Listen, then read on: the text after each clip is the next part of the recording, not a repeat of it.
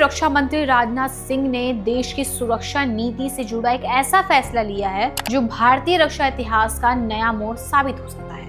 जी हाँ, DRDO द्वारा विकसित पारंपरिक मिसाइल तकनीकों यानी कन्वेंशनल मिसाइल टेक्नोलॉजीज को अब निजी कंपनियों को ट्रांसफर कर दिया जाएगा।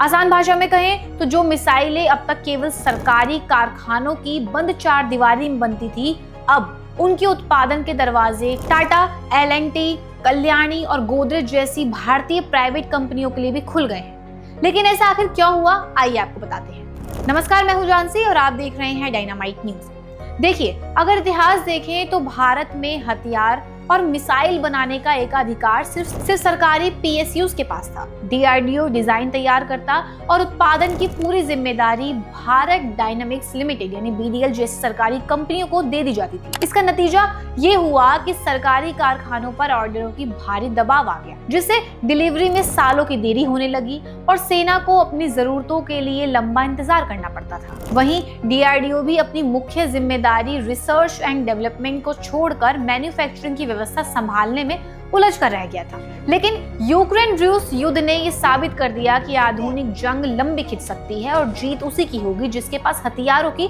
अटूट सप्लाई होगी। सरकार द्वारा लाए गए डेवलपमेंट कम प्रोडक्शन पार्टनर यानी DCPP मॉडल से सबसे बड़ा फायदा ये होगा कि देश में एक के बजाय कई मिसाइल प्रोडक्शन लाइन बनेंगी, जिससे सप्लाई चेन मजबूत होगी और आपात स्थिति में केवल एक दो सरकारी कारखानों पर निर्भर रहने का जोखिम खत्म हो जाएगा।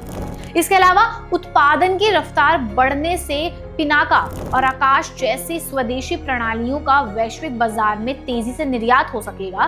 प्राइवेट सेक्टर के निवेश से रक्षा क्षेत्र में नई तकनीकों और नौकरियों का निर्माण होगा और DRDO का पूरा ध्यान सिर्फ अत्याधुनिक R&D पर केंद्रित रहेगा। लेकिन सिक्के का दूसरा पहलू ये भी है कि इस फैसले से कुछ गंभीर नुकसान और चुनौतियां भी जुड़ी हुई हैं। सबसे बड़ा जोखिम सेंसिटिव मिसाइल टेक्नोलॉजी की डेटा लीक और सुरक्षा को लेकर है। अगर प्राइवेट सेक्टर में साइबर सुरक्षा और इंटेलेक्चुअल प्रॉपर्टी का कड़ा पहरा नहीं रहा तो संवेदनशील जानकारियां लीक होने का खतरा अक्सर बना रहेगा। इसके अलावा शुरुआत में प्राइवेट कंपनियों के पास मिसाइल जैसे जटिल हथियारों को टेस्ट करने और क्वालिटी कंट्रोल बनाए रखने का बुनियादी ढांचा नहीं है, जिससे शुरुआती दौर में काफी वक्त और पैसा लगेगा। इसके साथ ही अमेरिका की तरह भारत में भी डिफेंस लॉबिंग और सिर्फ मुनाफे के चक्कर में घटिया क्वालिटी या गैर जरूरी हथियारों के उत्पादन का खतरा भी बढ़ सकता है। अमेरिका की सैन्य ताकत की असल रीढ़ लॉकहीड मार्टिन और बोइंग जैसी प्राइवेट कंपनियां ही हैं और भारत ने भी उसी दिशा में कदम बढ़ाते हुए रक्षा उत्पादन को सरकारी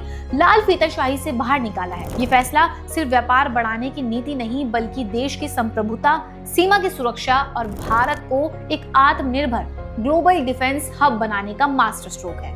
अब देखना ये होगा कि सरकार कड़े नियमों और सख्त क्वालिटी चेक के साथ प्राइवेट सेक्टर की स्पीड का संतुलन कैसे बनाती है, क्योंकि इस संतुलन पर भारत के सुरक्षित और शक्तिशाली भविष्य की नींव टिकी है। फिलहाल इस पूरे मुद्दे पर आपकी क्या राय है, कमेंट में हमें जरूर बताएं और ऐसी खबरों के लिए देखते रहें डायनामाइट।